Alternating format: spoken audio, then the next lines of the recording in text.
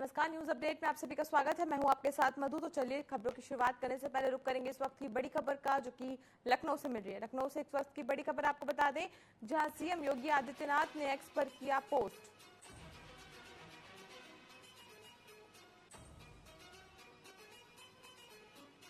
कारगिल विजय दिवस पर सीएम ने ट्वीट कर दी बधाई।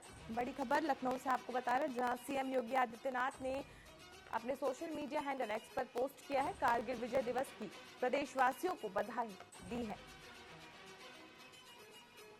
उन्होंने लिखा कि भारतीय सशस्त्र बलों के उदम्य शौर्य को नमन, मां भारती के सम्मान को बनाने के लिए जवानों को नमन, अपना सर्वोच्च बलिदान देने वाले अमर जवानों को नमन। भारतीय सेना की कर्तव्य निष्ठा, त्याग की भावना पर हमें गर्व। तो बड़ी खबर लखनऊ से आपको बता रहे, जहां सीएम योगी आदित्यनाथ ने अपने सोशल मीडिया हैंडल एक्स पर पोस्ट करते हुए कारगिल विजय दिवस की प्रदेशवासियों और देशवासियों को बधाई दी है। सीएम ने भारतीय सेना की कर्तव्य निष्ठा, त्याग की भावना पर हमें गर्व की बात कही है। रुक करते मेरठ का, जहां से बड़ी खबर निकलकर सामने आ रही है। मेरठ से इस वक्त की बड़ी खबर आपको बता दें, जहां 3 दिन से लापता किशोरी का शव मिलने से हड़कंप। अपहरण के बाद गैंगरेप कर हत्या की गई। पहचान छुपाने के लिए शव के चेहरे पर तेजाब डाला गया है। गर्दन काट कर की गई मासूम किशोरी की निर्मम हत्या। मामले में मुकदमा दर्ज कर लिया है। 3 दिन से तलाश रही पुलिस आरोपियों को तलाश नहीं पाई है। चेहरा जला, सड़ी गली हालत में किशोरी का शव मिला है।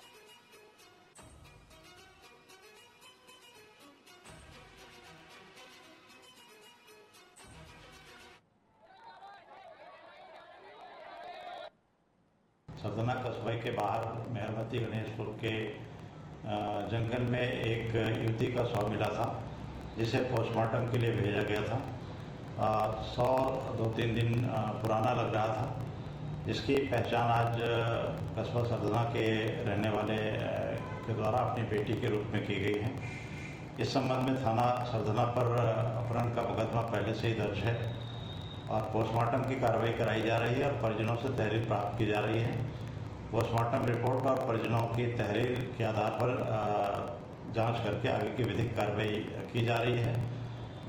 इसमें जो मुख्य आरोपी बताया जा रहा है, उसको पुलिस द्वारा हिरासत में लिया गया है और उससे भी पूछताछ की जा रही है। चलिए रुक करते हैं अब खबरों का, जहां मुजफ्फरपुर के नई मंडी क्षेत्र में देर रात पुलिस और बदमाशों के बीच मुठभेड़ हो गई, जिसमें गोली लगने से 2 बदमाश घायल हो गए। वहीं एक को गिरफ्तार किया गया है। मामले में आरोपियों के पास से होंडा ऑर्किड कार सहित अवैध हथियार बरामद किए गए। बता दें कि 3 बदमाश के खिलाफ मुजफ्फरपुर नगर सहित अन्य जनपदों में 37 से ज्यादा मामले दर्ज हैं।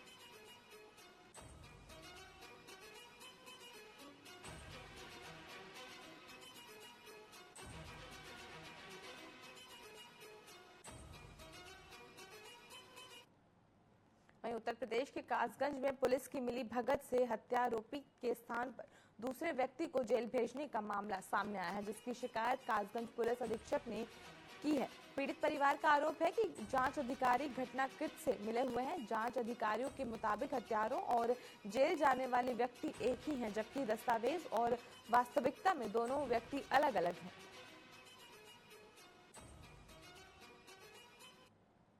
हमारा भतीजा लाठी डंडों से मार करके ट्रैक्टर से कुचला, उसकी मौत हो गई वहीं मौके पे।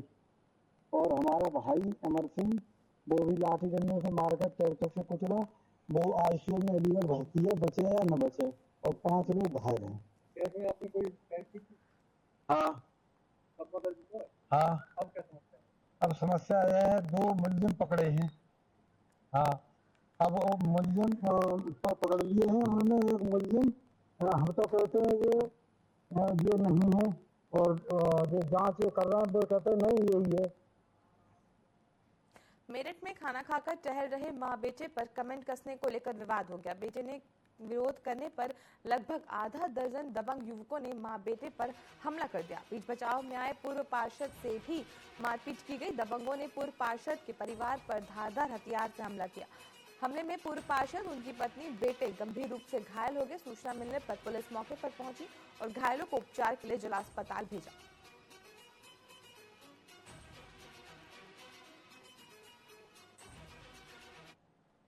वहीं रायबरेली के हरचंदरपुर थाना क्षेत्र से अस्पताल संचालक की लापरवाही के चलते युवक की मौत का मामला सामने आया, जहां 4 जुलाई से 23 जुलाई तक मृतक अनूप कुमार के पथरी के 3 ऑपरेशन किए गए, जिसके बाद उसकी मौत हो गई। वहीं मामले में परिजनों ने अस्पताल संचालक पर लापरवाही का आरोप लगाया है। मामले की सूचना मिलते ही पुलिस मौके पर पहुंची और शव को पोस्टमार्टम के लिए भेज दिया।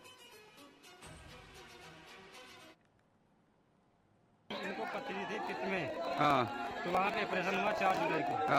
फिर उसके बाद नहीं आराम मिला, ब्लड बहता रहा। फिर ऑपरेशन हुआ 7 जुलाई को जी। फिर उसके बाद आराम नहीं मिला। फिर उन्होंने बोला लखनऊ में अच्छा डॉक्टर है, अच्छा हॉस्पिटल है, परसों वहाँ लेके गए, अपनी गाड़ी में बैठा के वहाँ पूरी सुविधा है, वहाँ ऑपरेशन कराया। फिर ऑपरेशन कराने के बाद बच्चे को 3 घंटे तक होश रहा। उसके बाद बच्चा बेहोश हो गया। फिर कल उन्होंने जवाब दे दिया। कल जब जवाब दिया तो हमने एमपी भर्ती कराया। गली में ही बच्चा दम तोड़ दिया। रायबरेली की जिलाधिकारी हर्षिता माथुर के निर्देश पर अवैध कब्जाधारियों के खिलाफ जिला प्रशासन ने बड़ी कार्रवाई की है। लगभग 1 बीघे जमीन को जिला प्रशासन ने अवैध कब्जाधारियों से मुक्त कराया है। मामले में जिले के इंडस्ट्रियल एरिया के बिजनेसमैन धर्मेंद्र सोनकर के नाम पर यूपी डीसा के E5 भूखंड अलॉट किया गया था। इस पर दबंगों ने कब्जा किया हुआ था, जो जमीन को खाली नहीं कर रहे थे।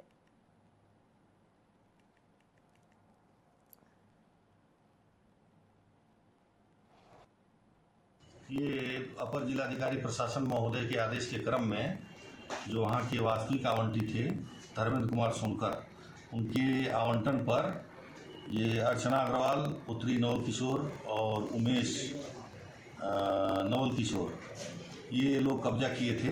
उसको नायब तहसीलदार और पुलिस बल की सहायता से हटा करके वास्तविक जो लीगल वहाँ के आवंटी हैं उनको कब्जा दिलाया गया है माननीय उच्च न्यायालय के आदेश के क्रम में।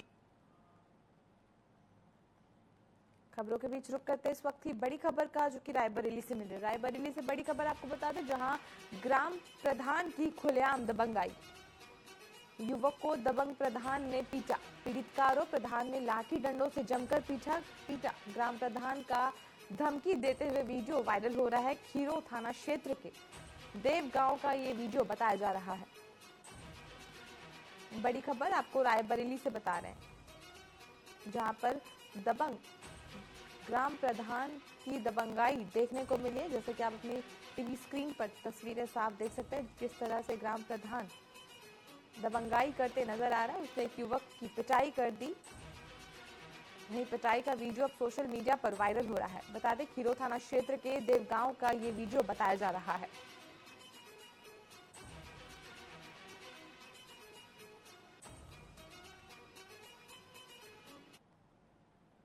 बढ़ते हैं खबरों की ओर, जहां बिजनौर के चांदपुरा से होटल संचालिका की पिटाई का मामला सामने आया है।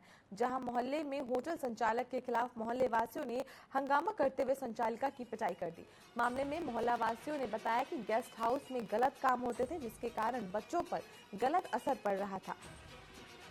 घनी आबादी में इस तरह का होटल का संचालन ठीक नहीं है। वहीं उन्होंने 15 दिन पहले शिकायत किए जाने की भी बात कही।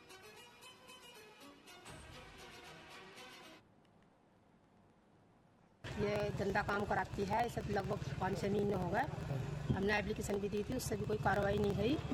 अब जो है हमें कुछ करना पड़ा, तो हमने रात भी इसके खिलाफ हंगामा करा था और अब भी हमने मारपीट करी है इसके साथ में, और हम ऐसे ही करेंगे। एक वाटिका नामक गेस्ट हाउस का संचालन हो रहा है, जिसके संबंध में उक्त गेस्ट हाउस के पड़ोस के रहने वाले लोगों का कहना है कि गेस्ट हाउस में गलत व अनैतिक गतिविधि संचालित होती है, जिसके परिप्रेक्ष्य में कल मोहल्ले वासियों द्वारा गेस्ट हाउस के विरुद्ध रोष प्रकट किया गया। आज सुबह गेस्ट हाउस की संचालिका के साथ मारपीट करने का एक वीडियो वायरल हो रहा है, जिसके परिप्रेक्ष्य में जांच की गई तो गेस्ट हाउस की संचालिका गेस्ट हाउस का रजिस्ट्रेशन प्रस्तुत नहीं कर सकी, जिस संबंध में घटित घटना व गेस्ट हाउस के बिना रजिस्ट्रेशन के संबंध में संचालन के संबंध में विधिक कार्रवाई की जा रही है। वक्त हो चला एक छोटे से ब्रेक का, जल्द हाजिर होंगे।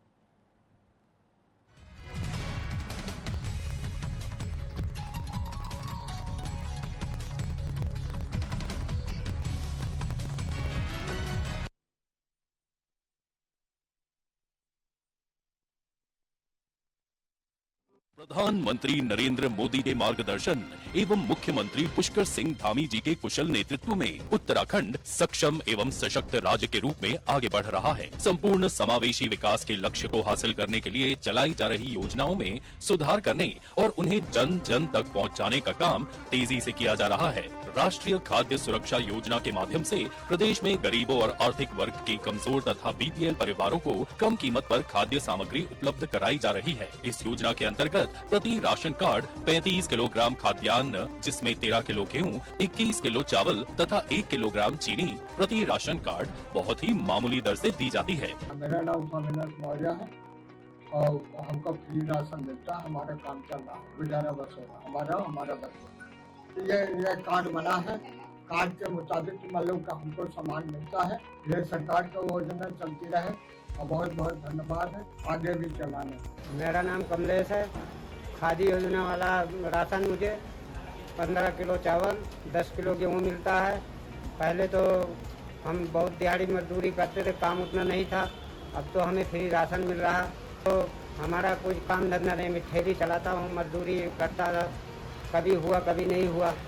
अब जब से मुझे राशन मिलने लगा, मोदी जी का धन्यवाद जो कि हमें फ्री राशन मिल रहा है। इस योजना का लाभ लेने के लिए ऐसे गुलाबी राशन कार्ड धारक परिवार जिनकी मासिक आय 4,000 रुपए से कम है को शामिल किया गया है। राज्य के 60 लाख से अधिक लोग केंद्र सरकार की इस महत्वाकांक्षी योजना का लाभ ले रहे हैं। प्रदेश के गरीब तबके और जरूरतमंद परिवार के लिए ये योजना अमृत तुल्य साबित हुई है। योजना सुचारू रूप से कार्यान्वित हो, इस पर प्रदेश सरकार द्वारा पूरा ध्यान रखा जा रहा है तथा इसकी नियमित मॉनिटरिंग भी की जा रही है। स्वच्छ, पारदर्शी और प्रभावी गवर्नेंस का दिख रहा है धरातल पर परिणाम। धामी सरकार, मजबूत इरादे, पूरे होते वादे।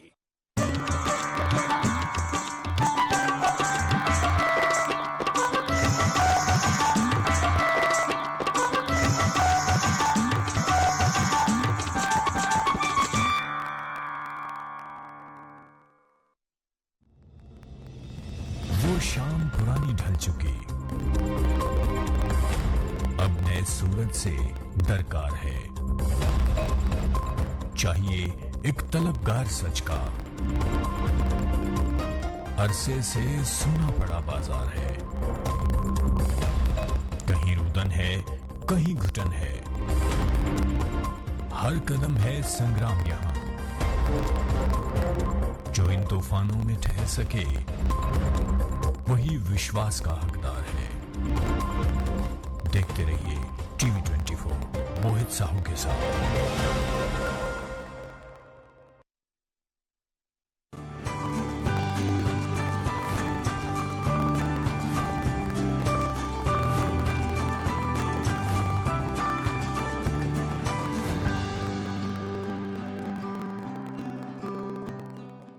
राजनीति खेल है शह और मात का, घात और प्रतिघात का।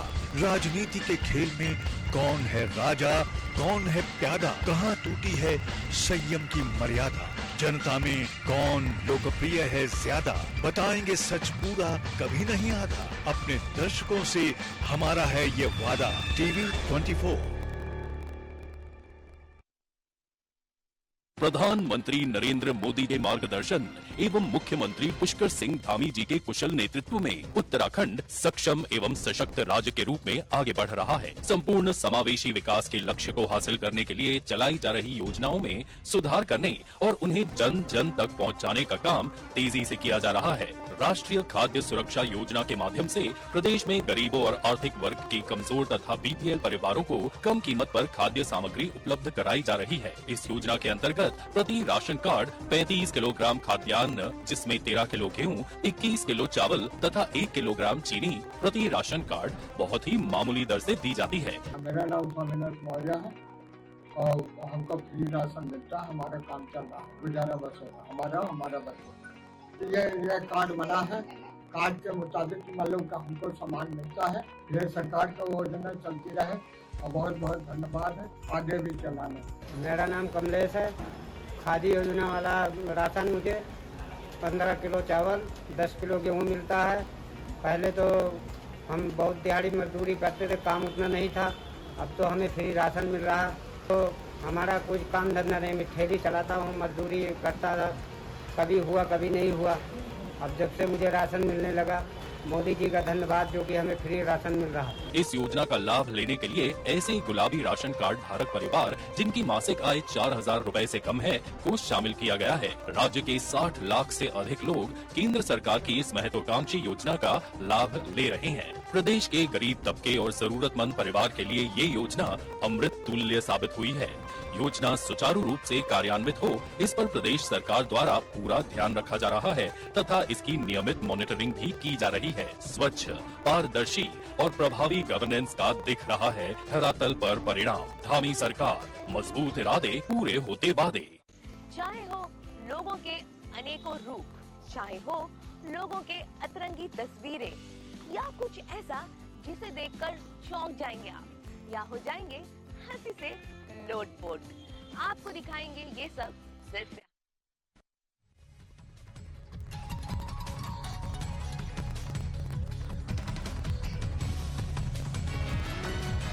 ब्रेक के बाद आप सभी का फिर से स्वागत है। बढ़ते हैं खबरों की ओर, जहां मेरठ में 16 वर्षीय नाबालिग की अपहरण के बाद हत्या का खुलासा हो गया। प्रेमी ने अपनी 16 वर्षीय प्रेमिका को रेस्टोरेंट ले जाने के बहाने बुलाकर गला काट कर निर्मम हत्या कर दी। प्रेमिका प्रेमी को रेप केस में फंसाने की धमकी देकर पैसे लेती थी। बेरोजगार प्रेमी ने 2 साल में 2.5 लाख रुपए दिए। पैसे मांगने की धमकी से आहत होकर प्रेमी ने प्रेमिका की हत्या कर दी। आरोपी प्रेमी को गिरफ्तार कर घटना में उपयोग किए गए चाकू, स्कूटी और कपड़े बरामद किए गए।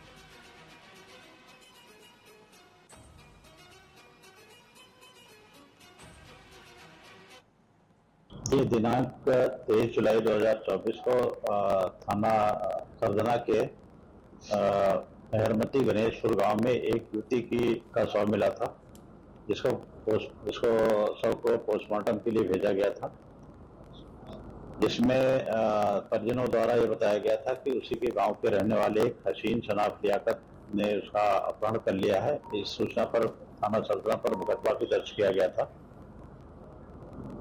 23 को जो डेड बॉडी मिली थी उसकी छानबीन की गई, विवेचना की गई, तो उसके दौरान ये पता चला कि ये हसीन शनाख्त लियाकत है, जिसका मृतका के साथ बातचीत और दोस्ती थी। ये आपस में बात करते थे और मृतका जो है इससे पैसे की मांग करती थी। जम्मू कश्मीर के राजौरी में आतंकी हमले में शहीद हुए जवान का पार्थिव शरीर अपने गृह ग्राम हाथरस पहुंचा। जवान का पार्थिव शरीर गांव में पहुंचते ही परिजनों में कोहराम मच गया।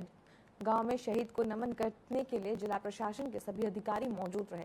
सैनिक सम्मान के साथ जवान के पार्थिव शरीर का अंतिम संस्कार किया गया।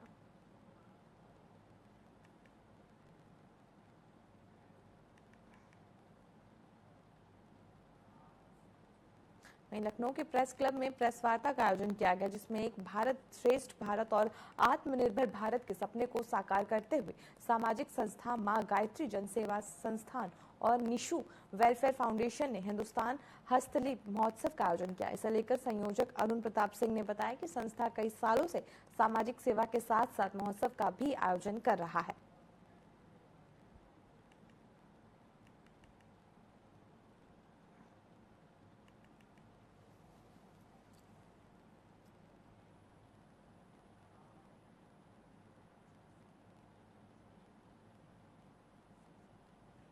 झांसी के पड़ोसी राज्य मध्य प्रदेश में हो रही झमाझम बारिश से उर और धासन नदी का जलस्तर लगातार बढ़ रहा है, जिसमें से बरसाती पानी पहाड़ी बांध से आ रहा है। वहीं देवरी घाट के बांध में लगे 19 गेटों में से 15 फाटक को 2-2 मीटर खोल दिए गए हैं, जिससे 1.5 लाख क्यूसेक पानी की निकासी लगातार बनी हुई है। वहीं फाटक खुलने के बाद सैलानियों का जमघट शुरू हो गया है।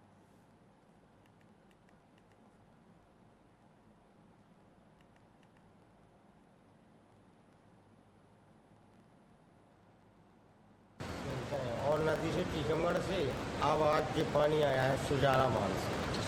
सुजारा कौन जिले में ना सुजारा डैम? छतरपुर टीकमगढ़ जिले के बीच में। कहाँ पड़ता है? ये बड़े मतलब अभी तक कितना पानी निकल रहा है? अभी अपना 72,000 की 72,000। फाटक कितने खोले गए हैं? 13। और भी खोले जाने की संभावना है? और खोलने की संभावना। पानी बढ़ रहा है? बढ़ रहा है। इसकी सूचना उच्च अधिकारी को दी है? जी। और नीचे लचुआ वालों को भी दी है? लचुआ वालों को सूचना दी है। अलीगढ़ में पटना से दिल्ली जा रहे एक व्यक्ति की ट्रेन में संदिग्ध परिस्थितियों में मौत हो गई। अलीगढ़ रेलवे स्टेशन पर ट्रेन के पहुंचते ही बिहार के जिला सिवान के रहने वाले ललन चौधरी अचानक बेहोश होकर जमीन पर गिर गए। जीआरपीएफ पुलिस उनके इलाज के लिए जेएन मेडिकल लेकर गई, जहां डॉक्टरों ने उन्हें मृत घोषित कर दिया और उसके बाद पुलिस ने शव को पोस्टमार्टम के लिए भेज दिया।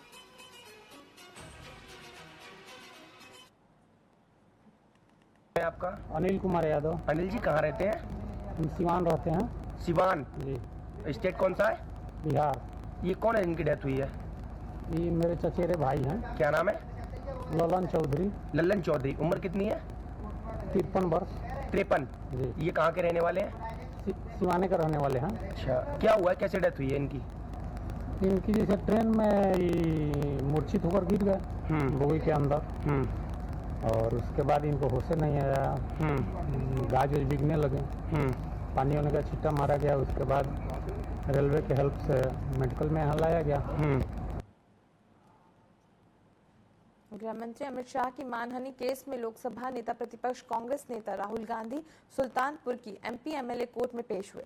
राहुल गांधी ने जज से कहा कि मैं निर्दोष हूं, मेरे खिलाफ राजनीतिक साजिश हुई है, मैं सारे आरोपों से इनकार करता हूं, मेरी और मेरी पार्टी की छवि को धूमिल करने के लिए आरोप लगाए गए हैं।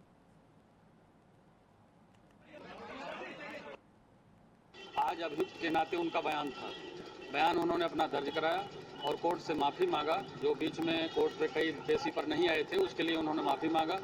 अगली 12 अगस्त को डेट पड़ी है। आज इतना ही हुआ। आज एमपी एमएलए कोर्ट में राहुल जी व्यक्तिगत रूप से उपस्थित हुए और उन्होंने अपना बयान रिकॉर्ड कराया। बयान में उन्होंने बताया कि हमको फर्जी तरीके से फंसाया जा रहा है, मैं निर्दोष हूँ और सस्ती लोकप्रियता हासिल करने के लिए हमारे ऊपर ये फर्जी मुकदमा किया गया है पॉलिटिकल रंजिश के कारण, और मेरे द्वारा ये कहा गया कि हमको इस मुकदमे में गवाही देनी है। 12 अगस्त की तारीख माननीय न्यायालय ने गवाही में लगाया है। इस मामले में अगली सुनवाई की थी 12 अगस्त 2024 पड़ी हुई है। बयान में राहुल जी ने कहा मेरे ऊपर जो आरोप लगाए गए हैं उससे मैं इनकार करता हूं, क्योंकि ये आरोप मुझे और मेरी पार्टी की छवि और प्रतिष्ठा को नष्ट करने के उद्देश्य से ये लगाए गए हैं, पॉलिटिकली मोटिवेटेड। बुलंदशहर में दबंगों से परेशान होकर युवक की आत्महत्या की कोशिश का मामला सामने आया, जहां युवक ने फांसी लगाकर आत्महत्या की कोशिश की, जिसे परिजनों ने मौके पर पहुंचकर अस्पताल पहुंचाया। वहीं मामले में युवक की हालत गंभीर बताई जा रही है। मामले की सूचना मिलते ही पुलिस मौके पर पहुंची और जांच में जुट गई।